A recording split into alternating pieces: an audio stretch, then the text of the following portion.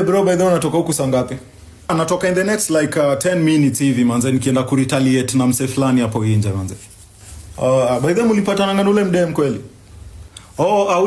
Ule mdem nilipatana na yeye, lakini nilipatana naye huko Thika Road manze, lakini niliretaliate lakini. Lakini life pia siku hizi jo imekuwa tricky. Manze, life na siku hizi man, unapata life leo, unapata kesho una retaliate. Anyway, wacha tupike kachai hivi tukingoja ngoja manze. Lakini shida ni maji imepotea huku manze, kuna shida ya maji.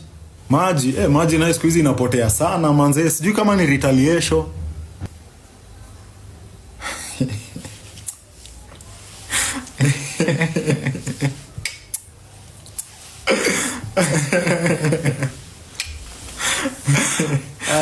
Shinda wewe kisema kitu moja bro. Ala.